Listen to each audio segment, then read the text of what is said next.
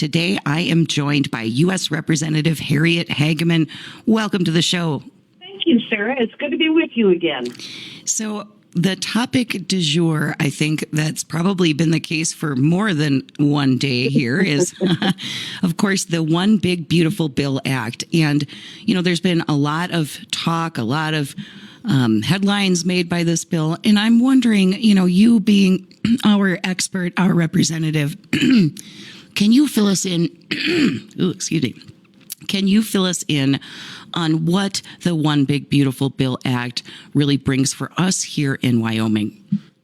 So there are a lot of things, including the fact that it is going to keep the current tax rates in place, meaning that as of December, we are not going to have a 22% tax increase.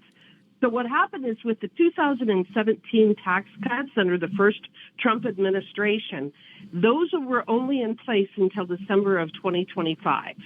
And so what we were facing if we did not pass this bill was an enormous tax increase for almost every single person in the United States, including in Wyoming.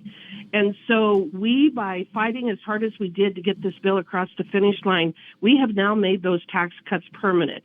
In other words, we're not going to find ourselves 5 years down the road scrambling to try to find a way to make sure that everybody's taxes don't go up.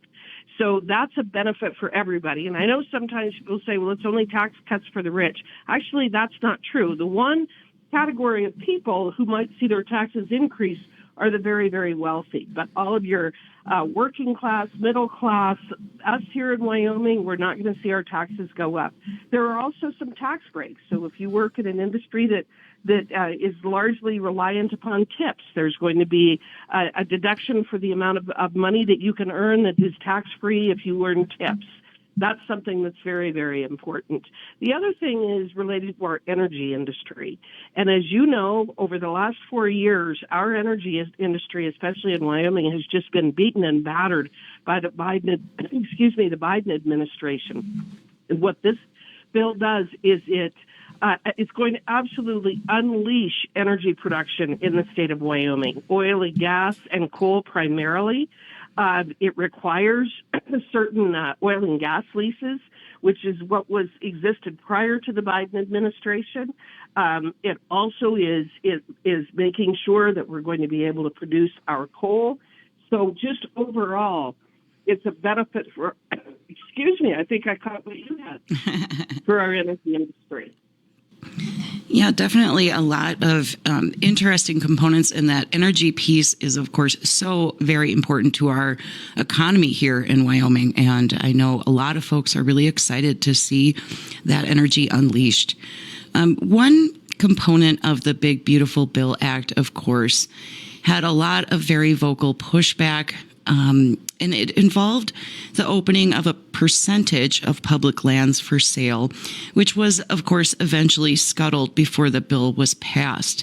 I wanted to ask you, Representative Hageman, as I'm sure you heard from a lot of Wyoming folks on this issue in particular, how does that type of constituent feedback on an issue like that really shape how you approach it?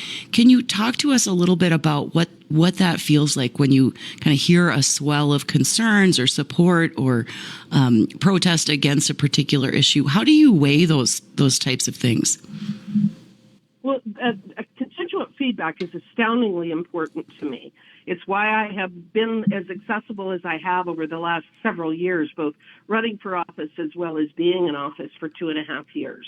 That's why I do the town halls. But one of the things that is incredibly important, and you're talking about Mike Lee's proposed amendment related to the sale of a very limited percentage of BLM lands for purposes of providing housing for some of our landlocked communities.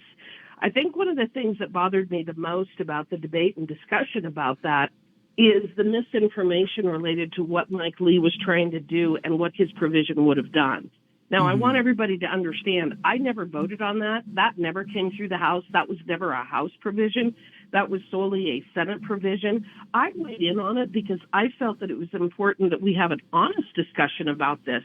And as I said, I want the feedback from constituents What's important is that we discuss what's actually in the bill rather than the fear-mongering that went on related to that. So I heard a lot of actually outright lies and intentional lies about that, including that he was trying to sell 15 million acres of our of our federal lands. None of that was true. So just very, very briefly, what he was looking at, and especially with his last rendition of it, it would have required the BLM to identify between 0.25% and 0.5%, meaning less than 1% of BLM lands that are strategically located in or near urban or municipal areas for potential sale so that those communities can continue to grow and have housing for the people who live there. And I'll give you two examples of where that would have really targeted. When you drive through Las Vegas, you see quite a few empty lots, and I've always been curious about that because those lots must be worth massive amounts of money. Right now, they're blow dirt, homeless encampments. They're, surrounded by chain link fences. And I've always found that so strange. Well, I found out about 4 months ago, those lands are owned by BLM because that's how the city built up. Well, the BLM does not manage urban resources, and they don't want to manage urban resources. The city of Las Vegas would like to develop those lands for obvious reasons, for housing and other things. And obviously, those lands to the United States would be worth massive amounts of money if they were sold and developed. That isn't where people are hunting or fishing or camping or hiking. Those are just, feral lots out in the middle of nowhere, not in the middle of nowhere, in the middle of an urban area. That bill would have targeted those kinds of lands to expedite the ability for the city of Las Vegas to be able to develop that. Another town is right here in Wyoming. Kemmerer is landlocked. We have a lot of development in southwestern Wyoming, and we need housing over there. But because Kemmerer is surrounded by BLM lands, we can't build housing. So people drive from Evanston and even further away to go to work every day. This would have targeted those lands. Now, keep in mind, the federal government owns 645 million acres of land. We're talking about less than 1 million acres in all 11 western states. And they would have been very targeted. They would have been very focused. They would have been the local communities, the states would have been involved. So, again, I'm kind of defending this bill, not because I voted on it or had anything to do with it, but I think that people need to understand what it is. So we can debate whether that is a good bill all day long. And if people say we don't want to do that, we can talk about that. But when people, fearmonger and say, oh, my gosh, Mike Lee is trying to sell off 15 million acres of land, including the entire Bighorns, that's just misinformation and disinformation. And so I'm happy to engage in a debate about public policy, but we always need to make sure that we're talking about the same thing, and we always need to talk about reality, which that bill, I don't know why Senator Lee approached it the way that he did. I wasn't involved with it.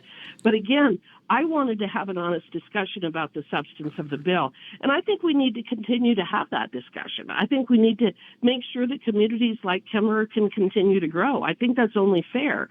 And if there are lands that Kemmerer can identify that are contiguous to the city, that they have infrastructure available and they can build out, I think we ought to have that discussion. So, of course, a lot of work went into the One Big Beautiful Bill Act. And, that was an incredibly large piece of legislation that I know, obviously will have a lot of lasting impacts here in Wyoming and across the country. Now that has been completed, what should we be looking for next? What's on your plate right now, Representative Hageman? Well, there are other things. I think that we need to continue to be doing oversight over some of the things that have happened in the previous administration as well as right now. So another aspect of that bill that I was intimately involved with came through the Judiciary Committee, and that's all of the issues related to immigration and border security. So the border security and immigration aspect of that bill came through the Judiciary Committee, and I'm very, very proud of that. But now we need to be enforcing it. But we're seeing a lot of things going on across this country that we need to be looking into, including what just happened in Texas with the ambush of our ICE agents. There's a lot going on. So I believe that we need to have additional oversight of what happened with the last administration to make sure that the kinds of things that we suffered through never, ever happen again. I did see that I think it's Brennan and Comey are potentially being referred for criminal prosecution or investigation related to the perjury that they did. And in fact, some of that came through our committee, Judiciary. So we need to be looking at that. We also have other bills and other priorities. I want to move forward with delisting of the grizzly bears. That comes through the Natural Resource Committee. In fact, it comes through my committee, my subcommittee, Water, Wildlife, and Fisheries. We need to be delisting the grizzly bear in Wyoming. We need to move forward with additional modernization of the Endangered Species Act. That's something else that comes through the Natural Resource Committee. The Endangered Species Act has been in place since 1972. There are some things that work very, very, very well with the ESA, and there are other things that do not. One of the things that does not work well under the ESA is the delisting of species once they've been recovered. And Wyoming has especially suffered through that, an example being both the grizzly bears and the gray wolf. The grizzly bears have been fully recovered for over 2 decades. The recovered goals were 500 bears. We have over 1,100 bears. You now read all the time about them expanding into areas they've never, ever been before. And that's just because the greater Yellowstone area is completely saturated with grizzly bears. It's time that we delist them. But the process for doing so really empowers rogue and activist judges to prevent the delisting of species despite whether they've recovered or not. Mm-hmm. Yeah, that's definitely one to watch, and I think is of real importance to a lot of folks here, especially ranchers. So we are excited to see you kind of carry that forward for us, Representative Hageman. Now, the next thing I want to talk about, part of me thinks, I can't believe I'm going to ask this question, but I keep hearing about it, and I just wanted to know your thoughts. And this has to do with, of course, the Epstein Files. There's just so many people, tweeting about this. I see it over and over again on social media. Is there a list? Is there not a list? And I'm just wondering if you can parse through this. What's going on? And is this an important issue to you, Representative Hageman? Justice is always an important issue, and it should be an important issue to all of us. And I think that that's what people are talking about, whether they describe it in those terms or not. Mm-hmm. They want justice. We also are a government and a country of laws, and we expect people to comply with the law.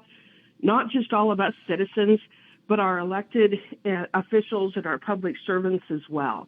And I think that why this particular issue resonates is because it's about accountability.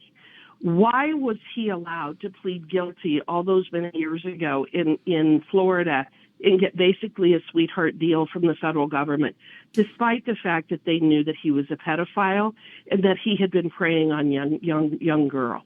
Mm-hmm. Why was he given that sweetheart deal? Was he a federal asset of some sort? And if so, why was he allowed to skate, and why was he a federal asset? Again, going back to accountability. And then they arrest him because of the brouhaha surrounding that he continued doing whatever it was that he was doing. The conviction, the prosecution and conviction in Florida obviously was not a deterrent for either he or his cohort, Ghislaine Maxwell. And so, again, it comes back to accountability. Here is why this is significant. When your government consistently lies to you and covers things up, even if something is as it seems, we don't trust them. So that's the problem that we have. Everybody has. I have. Our government lied to us. So when this situation happened with him in the New York prisons, why didn't the Biden administration disclose that video at that time? Why did we have to wait for the Trump administration to disclose the video and say, this is the video of what happened? Yeah, maybe people were sloppy. They didn't check on him for 10 hours. That was a wrong thing to do. Maybe we had really bad employees, but we have video evidence demonstrating that nobody went into that cell. Okay, why wasn't that released several years ago? Why did it take until now for that to be released? And again, it comes back to accountability and not being able to trust our government. So is it an important issue because it's Jeffrey Epstein? Not necessarily. The reason it's an important issue is we have to be able to hold our government accountable for their decisions. This is a government of, by, and for the people. They work for us. They work for us, and I don't care if you're the president, Congresswoman Harriet Hageman, Senators Barrasso and Lummis, or the folks who work in my office, the wonderful people who work in my office. We all work for the citizens of this country, and there has never been any accountability related to Epstein. That's why people are upset. That's why you have the conspiracy theories. It's when our government tries to cover stuff up and refuse to share the information with the people who actually, are the bosses, that people want to know what in the world happened. So this isn't just a throwaway issue. This is an issue of accountability, and I wish everybody would come clean. Mm-hmm. I'm glad that you mention that because, one of the things that, is an issue that is incredibly close to my heart is government transparency. And something that I've noticed happening in this part of the state, in the last couple of years is really regular people here in Wyoming stepping up to the plate, volunteering their own time and energy to act as government watchdogs. People are incredibly engaged. They want to know not only what is going on, but if something doesn't smell right, they want to dig in and figure out what's wrong. So one issue that we've been working on here with our state legislators includes kind of tightening up our transparency laws. We did a year and a half ago or so, we did an investigation and an audit here into how much money our local governments are charging for access to records that quite honestly belong to the taxpayers already.